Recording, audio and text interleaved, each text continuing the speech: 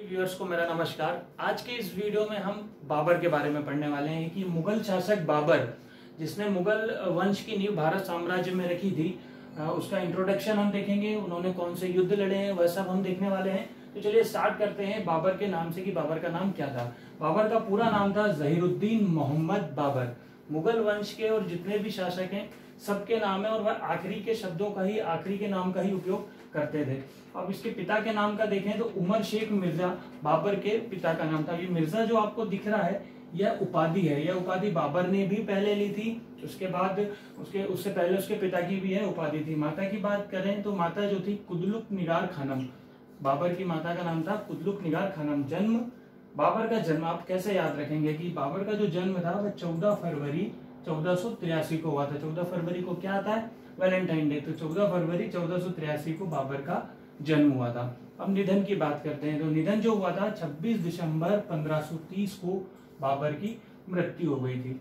अब यदि क्वेश्चन में आपसे पूछा जाता है कि बाबर ने कितने वर्षों तक भारत में शासन किया था, तो उसकी शासन अवधि यहाँ पर है 1526 से 1530 तक बाबर ने भारत साम्राज्य पर शासन किया था। इसने एक अपनी जीवनी लिखी थी जिसका नाम है बाबरनामा। बाबर की जीवनी का नाम है बाबरनामा और यह लिखी थी किसमें? चगताई भाषा में। चगताई भाषा क्या होती है? चगताई भाषा तुर्की भाषा का एक समरूप भाषा होती है, ठीक है, जिसमें बाबर ने अपनी जीवनी लिखी थी। इसका मकबरा कहाँ पर है? इसका मकबरा काबुल में। इसमें थोड़ी सी भ्रांति है कि इसकी जो मृत्यु हुई थी वह हुई थी आगरा में। आगरा में मृत्यु हुई थी, पर इसने बाबरनामा में ये लिखा था कि मेरी मृत्यु के बाद मेरा मकबरा जो है वह काबुल में मुझे दफनाया जाए। तो शेरशाह सूरी जो थे उन्होंने इसका मकबरा जो है काबुल शिफ्ट कर दिया था। अब उपाधि की बात करें, जैसे ये मिर्जा उपाधि है, उस तरह बाबर ने बादशाह, कलंदर और गाजी, ये 3 उपाधि भी धारण करी थी। और ये कब कब हुई थी यह हम आगे देखेंगे। अब बाबर ने जब भारत में बाबर आया था और उसने मुगल साम्राज्य की जब नींव रखी थी, उससे पहले बाबर का जो प्रारंभिक जीवन था वह संघर्षों से भरा हुआ था। चलिए वो देखते हैं कि बाबर का जो जीवन था वह फरगना, समरकंद और काबुल, ये 3 जगह पर ही बाबर का पूरा प्रारंभिक जीवन रहा। तो 1494 मात्र 12 वर्ष की उम्र में बाबर फरगना का शासक करता है। फिर आता है सन 1496 में वह समरकंद पर शासन करता है। अब जब वह समरकंद पर शासन कर रहा होता है, जब तक उसके फरगना में क्या होता है, विद्रोह हो जाता है, जिसके कारण वह फरगना का शासक उसके हाथ से निकल जाता है। अब जब तक वो फरगना को बचाने के लिए जाता है तो बाद में उसके हाथ से क्या होता है कि समरकंद भी निकल जाता है। तो 1496 तक उसके हाथ में फिर क्या होता है? कुछ भी नहीं होता है। फिर बात करें आगे 1501 की। 1501 जब सन आता है तो वह वापस समरकंद पर अपना कब्जा करता है, पर ज्यादा समय तक वह समरकंद पर नहीं रह पाता और फिर 3 साल बाद 3 वर्षों तक वह वनों में रहता है, वन में रहता है और वहां पर क्या करता है कि अपने नई सेना बनाता है, प्रशिक्षण देता है और 3 वर्ष बाद 1504 में वह काबुल पर कब्जा कर लेता है।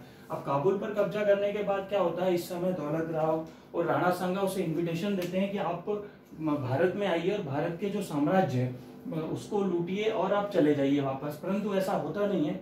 बाबर दिल्ली पर जरूर शासन करता है पर वो यहीं पर रुक जाता है और मुगल वंश की नींव डालता है। तो चलिए हम आगे उसको देखते हैं कि पानीपत का जो पहला युद्ध, बाबर की जो लड़ाई होती है, मतलब 1500, यहाँ मैं लिख देता हूँ, 1519 से लेकर 1526 तक, मतलब 1519 से बाबर भारत साम्राज्य पर प्रयास करता है कि वह भारत साम्राज्य पर कब्जा करे, लाहौर, पेशावर को जीतते हुए वह 1526 में पानीपत के युद्ध पे आ जाता है। तो पानीपत के युद्ध के बारे में बात करें तो जो पानीपत का पहला युद्ध है वह 1526 में हुआ था, ठीक है। अब यह जब युद्ध हुआ था इससे पहले 8 दिन तक दोनों जो सेना है वह आमने सामने खड़ी रही, पर युद्ध जो हुआ था वह एक ही दिन में समाप्त हो गया था।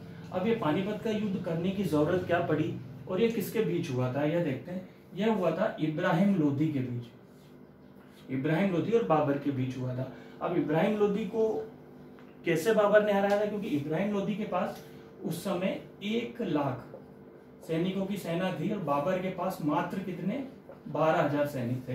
फिर भी बाबर जीत गया क्योंकि बाबर के पास उस समय बाबर ने तोपखानों का प्रयोग किया था। पहली बार युद्ध के इतिहास में तोपखानों का प्रयोग पहली बार बाबर ने किया था। तुलगुमा नीति से उसने युद्ध किया था। तुलगुमा नीति क्या थी? उनके पास जो उज्बेकों से, जब वह काबुल में था, जब उज्बेकों से उसने यह नीति सीखी थी, और उनके पास एक यूनिक प्रकार का कंपोजिट बो नाम का धनुष हुआ करता था जो बहुत तेजी से काम करता था और युद्ध में काफी प्रभावी होता था। तो इस नीति का उसने प्रयोग पानीपत के प्रथम युद्ध में किया।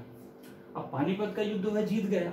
पानीपत का युद्ध जीतने के बाद उसे कलंदर की उपाधि मिली। अब ये कलंदर की उपाधि उसे कैसे मिली? पानीपत का युद्ध जब हुआ था तो बहुत सारी संपत्ति मिली थी, बहुत सारी संपत्ति उन्होंने जीती थी, जिसमें जितनी भी संपत्ति जीती थी वह सभी नागरिकों में बांट दी थी। तो सभी नागरिकों को बहुत सारी संपत्ति मिली, इस कारण सभी नागरिकों ने उसे कलंदर की उपाधि दी थी। अब यहाँ से एक हीरा प्राप्त हुआ था जो ग्वालियर नरेश से छीना था बाबर ने। तो यह हीरा उसने किसको दे दिया था? हुमायूं को दे दिया था। तो ये इस तरीके के कुछ 4-5 पॉइंट्स हैं जो पानीपत के प्रथम युद्ध से पूछे जाते हैं। इसके बाद दूसरा युद्ध, यह जो युद्ध है खानवा का युद्ध, यह बाबर की शासन अवधि जो भारत साम्राज्य पर हुई थी उसमें सबसे महत्वपूर्ण युद्ध है। अब ये किसके बीच हुआ था? बाबर और राणा सांगा के बीच। ये वही राणा सांगा है जिन्होंने बाबर को इन्विटेशन दिया था कि आप आइए और मुगल साम्राज्य यहाँ स्थापित कीजिए या दिल्ली को लूट कर चले जाइए। यहाँ पर खानवा के युद्ध में बाबर को एक चीज और हुई थी कि यहाँ पर उसे गाजी की उपाधि से नवाजा गया था। तो ये 2 पॉइंट्स खानवा के युद्ध के लिए काफी हैं कि बाबर और राणा सांगा के बीच हुआ था, 1527 में हुआ था, और गाजी की उपाधि उसे यहाँ से मिली थी। तीसरे युद्ध की बात करें, तीसरा युद्ध 1528 में हुआ था, जिसे क्या कहा जाता है? चंदेरी का युद्ध कहा जाता है।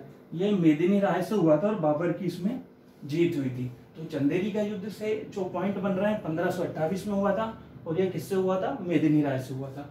अब बाबर का जो आखिरी और अंतिम युद्ध है वह युद्ध था घाघरा का। यह हुआ था आपका 1529 में। महमूद लोधी से ये युद्ध हुआ था और बाबर इसमें जीत गया था। यह उसके जीवन काल का अंतिम युद्ध साबित हुआ था। इसी तरीके के आगे और भी वीडियोस देखने के लिए प्लीज हमारे चैनल को लाइक कीजिए, सब्सक्राइब कीजिए और शेयर कीजिएगा। Thank you very much.